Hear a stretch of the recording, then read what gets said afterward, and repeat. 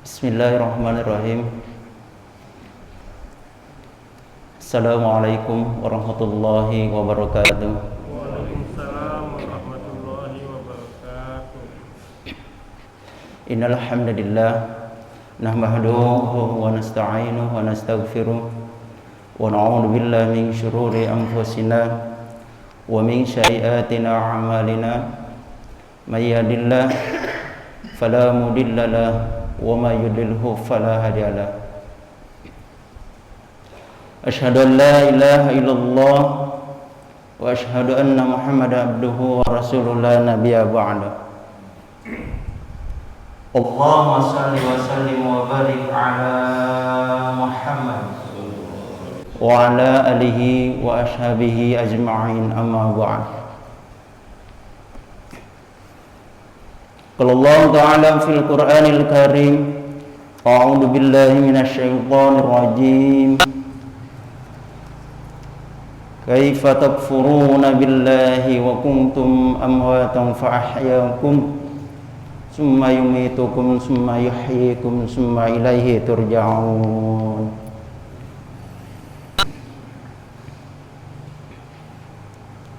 Bersyukur kepada Allah dengan mengucapkan alhamdulillahirabbil alamin.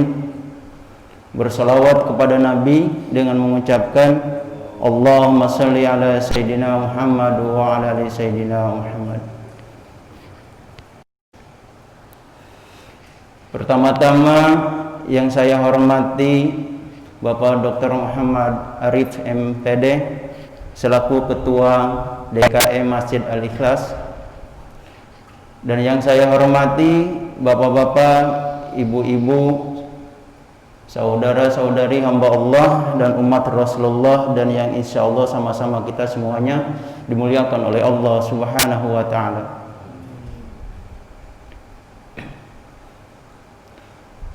Pada kesempatan pagi ini saya akan menjelaskan dan mempraktekkan bagaimana tata cara memandikan dan mengkafani jenazah yang sesuai syariat Islam.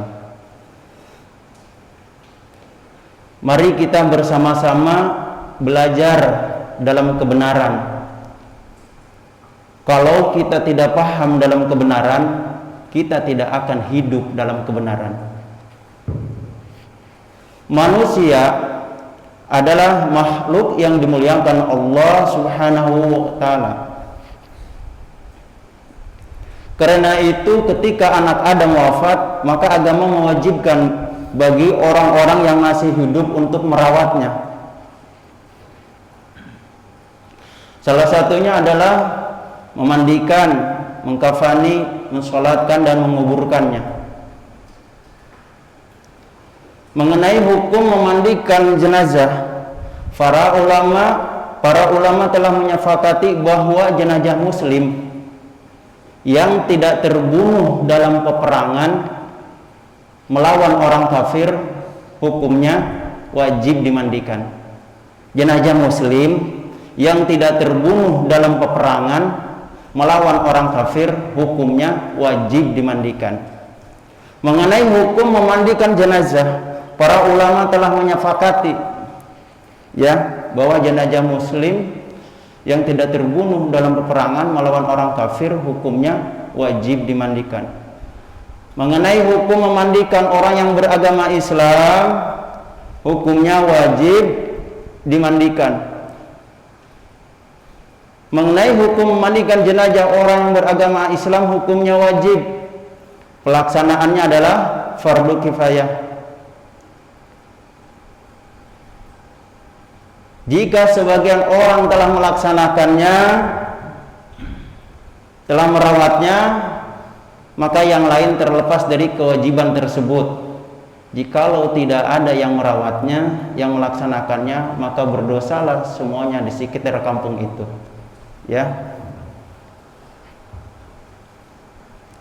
Kemudian apa saja yang hal-hal yang harus disiapkan sebelum memandikan jenazah? Apa saja yang harus disiapkan sebelum memandikan jenazah? tolong disimak dan diperhatikan, karena ini kalau kita menyimaknya ada di memori, kemudian paham tata caranya apa saja yang memandikan jenazah yang harus disiapkan. Kalau kita sudah paham, udah teringat di sini, insya Allah itu tinggal kita melayani umat nanti. Ya, apa saja yang pertama yang harus disiapkan sebelum memandikan jenazah? Yang pertama adalah siapkan kain kafan lengkap secukupnya. Kalau untuk ukuran dewasa itu panjangnya 15 meter. Untuk jenazah dewasa panjangnya 15 meter. Ya, di sini disebutkan siapkan kain kafan lengkap. Ini lengkap. Lengkap itu dalam arti di situ di dalamnya sudah ada, yang pertama ada kapas, ada sabun, kemudian ada sampo, ada ketembak. Itu kain kafan yang lengkap, kemudian dilengkapi dengan kain panjang untuk penutup jenazah. Itu yang pertama. Yang kedua, siapkan tempat pemandian seperti itu. Pemandian ya, atau bak mandi untuk meletakkan jenazah. Ya, ada di sebelah sana sudah disiapkan tuh ya. Itu yang kedua, siapkan tempat pemandian atau bak mandi untuk meletakkan jenazah. Itu yang pertama yang harus disiapkan. Kemudian yang kedua, siapkan tempat yang teduh dan tertutup. Nah, ini udah memenuhi syarat, udah teduh dan tertutup. Nanti di rumah keluarga ya, kalau ada matahari pagi-pagi kadang-kadang jam 10 udah terang di situ, maka tutup atasnya. Jangan sampai nanti jenazahnya kejemur. Nah, nanti silok. Nah, itu hal yang harus disiapkan. Yang pertama, tempat yang teduh, yang tertutup ya. Kemudian yang keempat, siapkan penutup kain yang panjang yang dapat menutupi si jenazah dari pandangan orang lain. Ini yang harus diperhatikan ya, kainnya yang panjang dan lebar untuk menutupi si jenazah dari pandangan orang lain. Kemudian siapkan 2 ember besar. 2 ember besar ini untuk menampung air ya, ada di sebelah sana sudah disiapkan 2 ember besar untuk menampung air ya. Kemudian yang keenam, siapkan 2 buah gayung. Siapkan 2 buah gayung ya, itu persiapan yang pertama yang harus dipersiapkan sebelum memandikan jenazah. Siapkan segala-galanya semuanya ya, 2 gayung. Kemudian dan selalu dipersiapkan selang panjang, itu jangan lupa, itu harus pakai selang panjang dari keran ya Pak ya. Ya, kemudian yang keenam, kemudian siapkan air kapur barus dan daun bidara. Ini yang harus disiapkan juga. Ya. Siapkan air kapur barus dan daun bidara. Disiapkan di situ. 1 ember untuk air kapur barus dan daun bidara direndam di situ, dipersiapkan ya sebelum memandikan jenazah. Ya. Itu hal-hal yang harus disiapkan sebelum memandikan jenazah. Ya. Kemudian jemaah rahimakumullah, setelah segalanya sudah disiapkan, keluarganya sudah kumpul ya, maka segeralah jenazah dimandikan. Keluarganya sudah kumpul ya, jangan terlalu lama-lama ya, jenazah ditunda untuk memandikan aja memerlukan waktu yang sangat, padahal itu semuanya Allah memberikan kemudahan. Kenapa kita mempersulit jenazah ya? Jadi segerakanlah jenazah dimandikan. Ini yang kemudian setelah segalanya sudah dipersiapkan, keluarga sudah kumpul, maka segeralah jenazah dimandikan. Pertama dilakukan adalah niat. Ini yang bagi petugas dan keluarga semuanya ya. Pertama niat memandikan jenazah. Selalu diawali dengan mengucapkan Bismillahirrahmanirrahim. Itu jangan lupa, Bismillahirrahmanirrahim. Insyaallah kalau kita tidak lupa membaca Bismillah, insyaallah kita mendapatkan pahala memandikan jenazah ya. Siapa yang paling berhak memandikan jenazah itu? Nah, ini yang harus benar-benar, ini yang harus diketahui ya. Siapa yang paling berhak memandikan jenazah itu? Yang paling berhak memandikan jenazah orang tersebut harus diusahakan anggota keluarganya. Anggota keluarganya. Itu yang pertama yang berhak memandikan jenazah orang tersebut harus diusahakan anggota keluarganya yang sejenis kelamin dengan si jenazah, ya. Jenazah laki-laki dimandikan oleh orang laki-laki.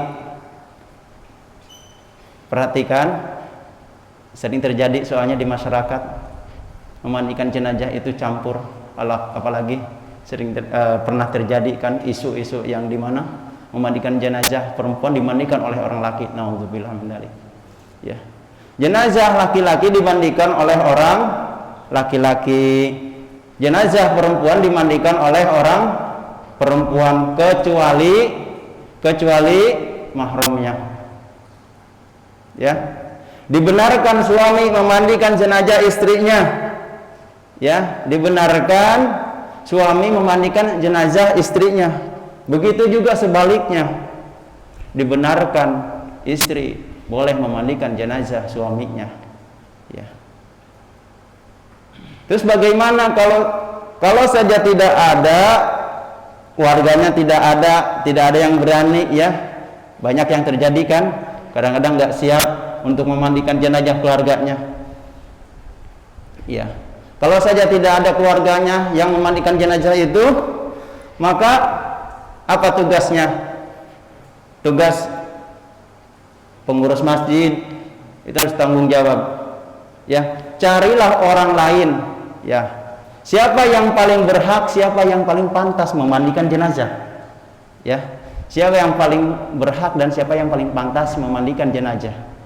Hati-hati di sini karena berkaitan dengan akhlak, ya. Siapa yang paling berhak, siapa yang paling pantas memandikan jenazah itu? Carilah orang yang memandikan jenazah itu yang amanah. Itu yang pertama, harus dipegang. Carilah orang yang memandikan jenazah yang amanah.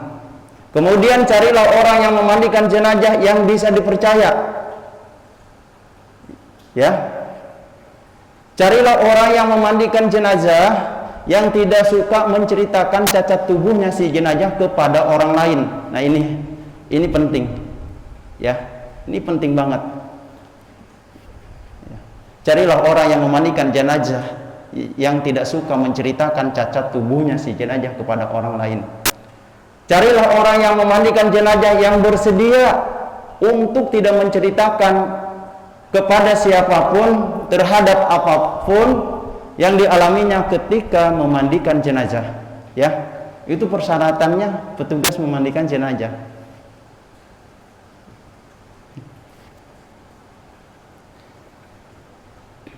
Jamaah rahimakumullah.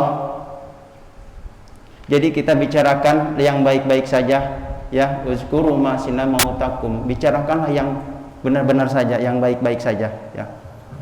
Maka barang siapa yang memandikan jenazah lalu merahasiakan cacat tubuhnya, Allah memberikan ampunan baginya 40 kali ampunan baginya.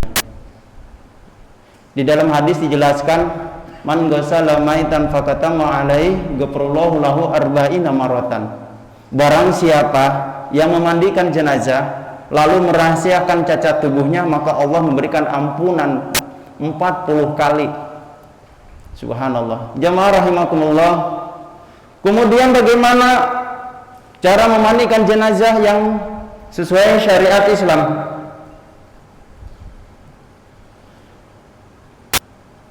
Bagaimana cara memandikan jenazah yang sesuai syariat Islam? Yang pertama, perhatikan ya Pak, mohon disimak. Yang pertama, mandikanlah jenazah dimulai dari membersihkan dan mengeluarkan kotorannya terlebih dahulu. Ya, di sini jamaah sudah pernahkah memandikan jenazah? Sudah? Gimana caranya memandikan jenazah? Ya. Yang pertama, mandikanlah jenazah dimulai dari membersihkan dan mengeluarkan kotorannya terlebih dahulu. Itu yang pertama, ya. Dan selalu menjaga auratnya selama memandikan dan mengkafani. Harus terjaga auratnya, jangan sampai kita sengaja memandikan jenazah terlihat auratnya. Kita bukan dapat pahala, malah yang dapat murka dari Allah Subhanahu wa ta'ala. Kemudian yang kedua, setelah itu mulailah dari anggota wudunya. Jadi jangan buru-buru, kadang-kadang memandikan jenazah asar langsung aja disiram memandikan. Padahal semua itu ada adab-adabnya ya, yang diajarkan oleh Nabi kita Nabi Muhammad SAW. Setelah itu mulailah dari anggota wudunya. Kemudian yang ketiga, mandikanlah jenazah dari anggota kanannya. Mandikan dari anggota kanannya. Setelah itu barulah dari anggota kirinya. Ya.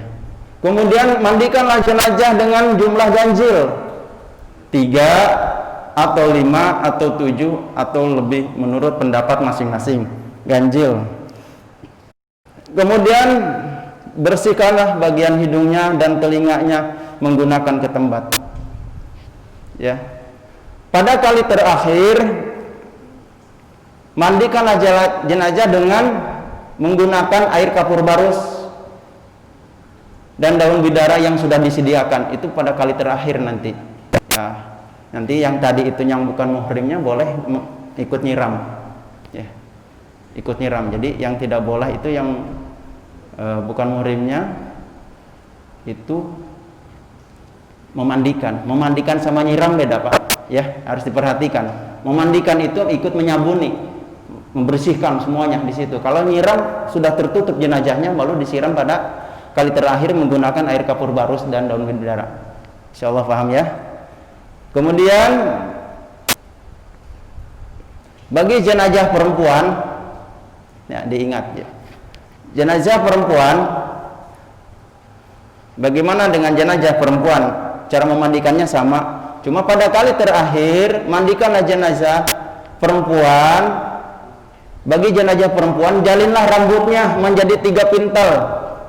Paham ya Bu? Bu, jalinlah rambutnya menjadi 3 pintal. Itu yang jenazah perempuan. Kalau rambutnya panjang. Tapi kalau rambutnya pendek gimana?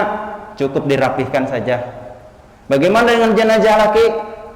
Jenazah laki-laki cukup dirapihkan dengan menggunakan sisir. Kalau rambutnya berantakan ya dirapihkan. Ya. Bagaimana memandikan jenazah yang tidak sempurna secara fisik? Untuk lebih jelasnya, mari kita bersama-sama praktek memandikan dan mengkafani. Bagi bapak-bapak, ibu-ibu, saudara-saudari yang ingin bertanya, silahkan di saat praktek memandikan, silahkan di situ bertanya. Ya, mari kita bersama-sama belajar dalam kebenaran.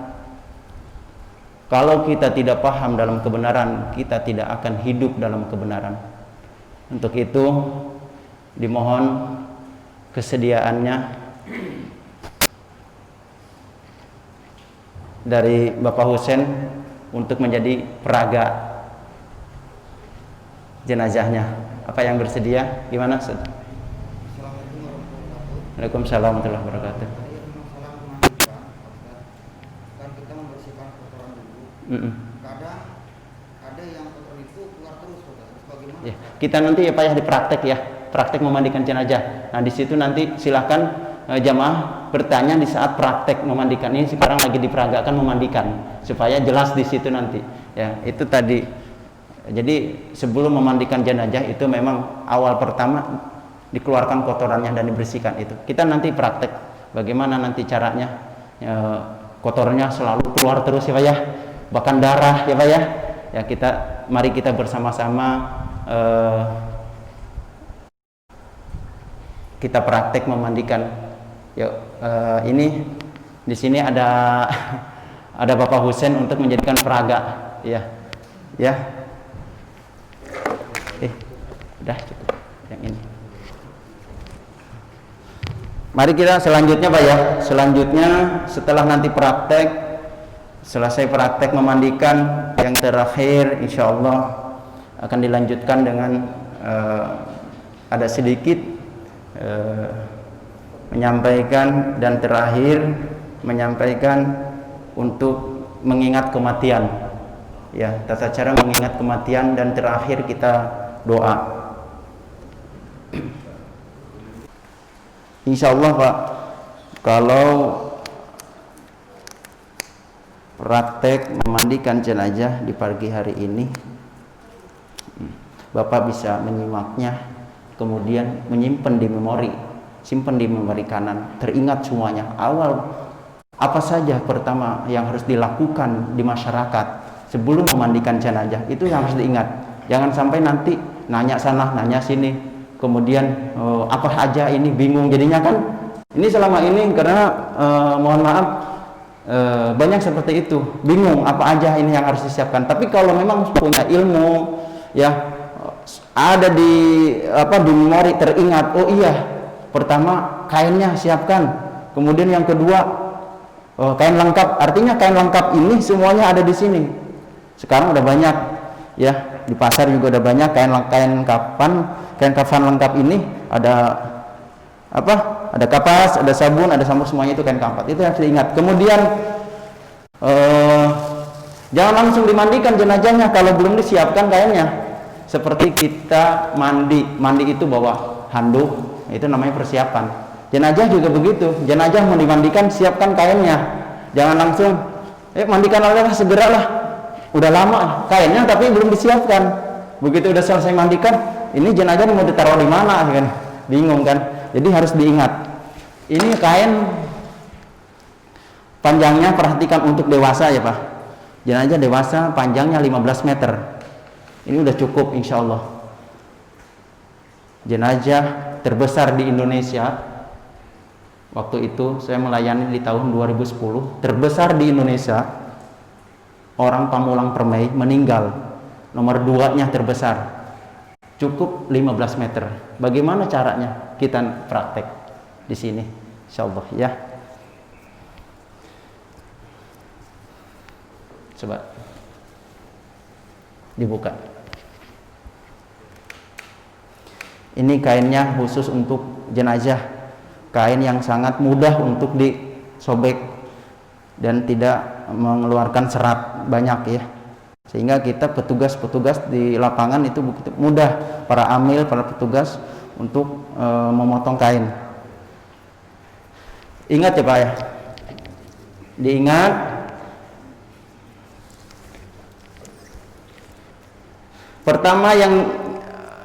Pertama yang harus diambil di bagian kain ini, tali dulu, diingat, tali dulu ya.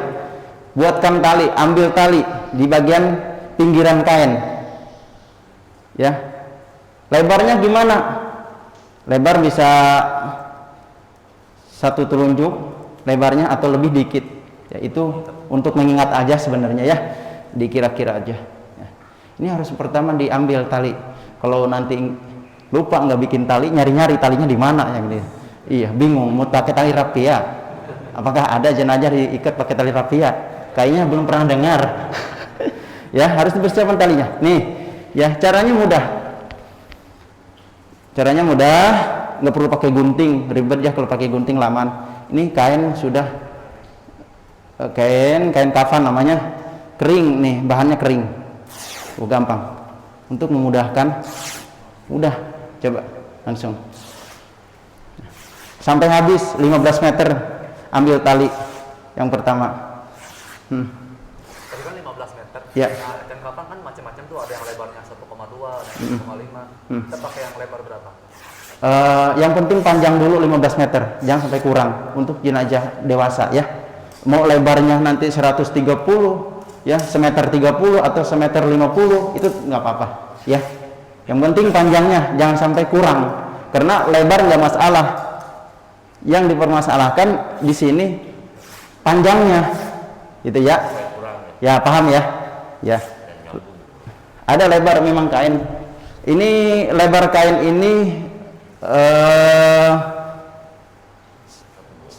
meter 30 nggak salah, nggak nyampe 1,5 ya. Perhatikan, sudah diambil talinya sepanjang 15 meter, Ini lihat dulu jenazahnya Pak, ya. Jangan main potong tali aja. Nanti begitu diikat nggak cukup. Ya, perhatikan, lihat dulu jenazahnya.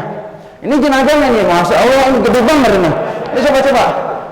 Ini kita bayangan kita ini diikatnya panjang nggak kan gitu ya? Itu kita lihat, tengok jenazahnya nih.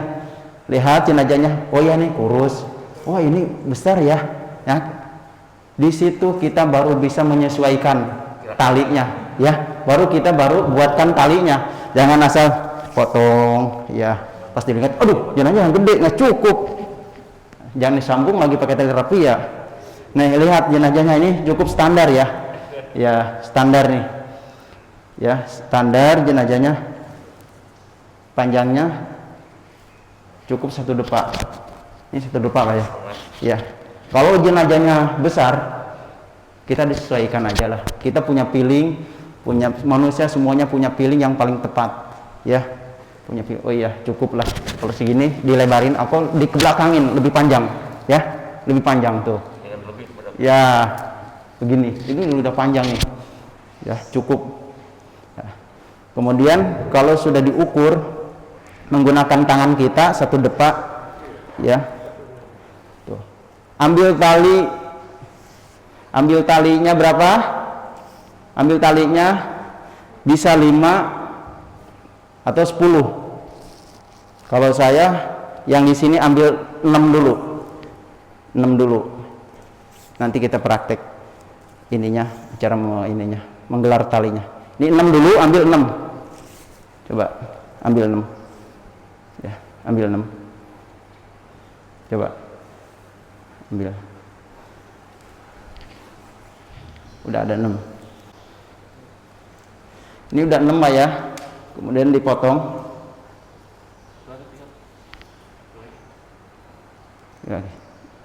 Cukup ya, 6 ya. Potong Pak ya. Sama jenazah perempuan juga sama ya Bu ya. 6 juga ambil. 6. Udah 6. Kemudian buatkan tali yang pendeknya buat ngikat pocong. Ya, tapi nggak terlalu panjang seperti itu. Ya, kira-kira diperkirakan aja. Minjem ambil tali. Ya, cukup aja pendek.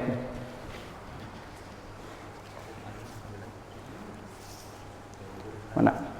Pinjam dulu 1. Atau ini nih. Ini bisa dibagi 2. Nanti panjangnya seperti ini. Coba. Ini cukup nih.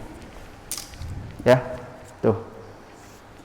Ini buat pengikat ujung itu nggak terlalu lebar Pak, nggak terlalu panjang maksudnya, nggak terlalu panjang, ya. Ya siapkan nih, ya. Kainnya coba ke depan. Sudah buatkan tali, kita udah persiapkan tali ya Pak ya. Udah cukup, celantang aja, ya. Kalau sudah, ini sisanya buat ngukur jenazah, ya. Ya, ini kalau jenazahnya tinggi, ngambil lagi dari situ ukuran. Nah di situ bisa ambil, ada ujung yang tadi itu, yang kiri kanan itu, yang sebelahnya lagi itu belum diambil tali. Ya, coba Pak.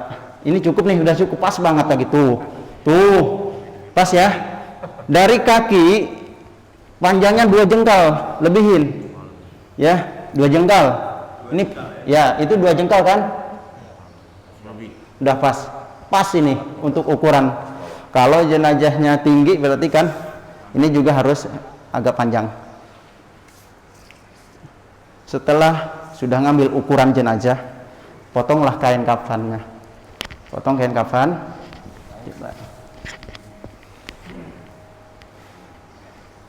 Potong kain kafannya. Ya.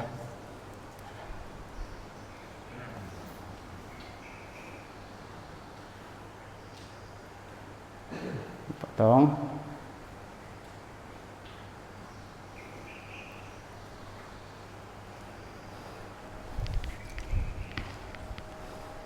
Untuk jenazah laki-laki pakailah 3 lembar.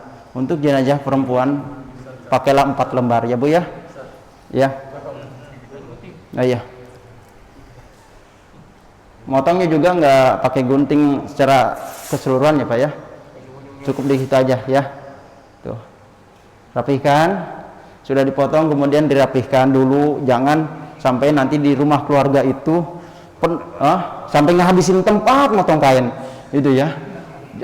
Ngabisin sehingga tamu itu pada keluar. Ya, jadi setelah dipotong kita rapihkan dulu. Ya, dilipat. Udah 3. Ibu, untuk jenazah perempuan ingat ya Bu, 4 ya Bu ya. Kita di sini untuk jenazah laki dulu. Tinggal ditambahin sebenarnya, tinggal ditambahin satu lembar lagi jadi 4 untuk perempuan. Kalau untuk jenazah perempuan.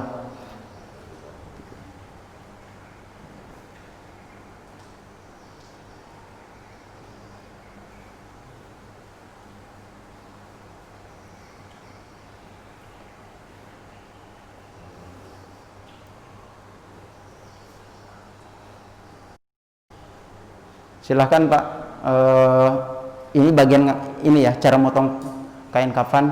Silahkan di sini bertanya, karena nanti ada pertanyaan, karena nanti akan praktek memandikan, ya, memandikan sama mengkafani.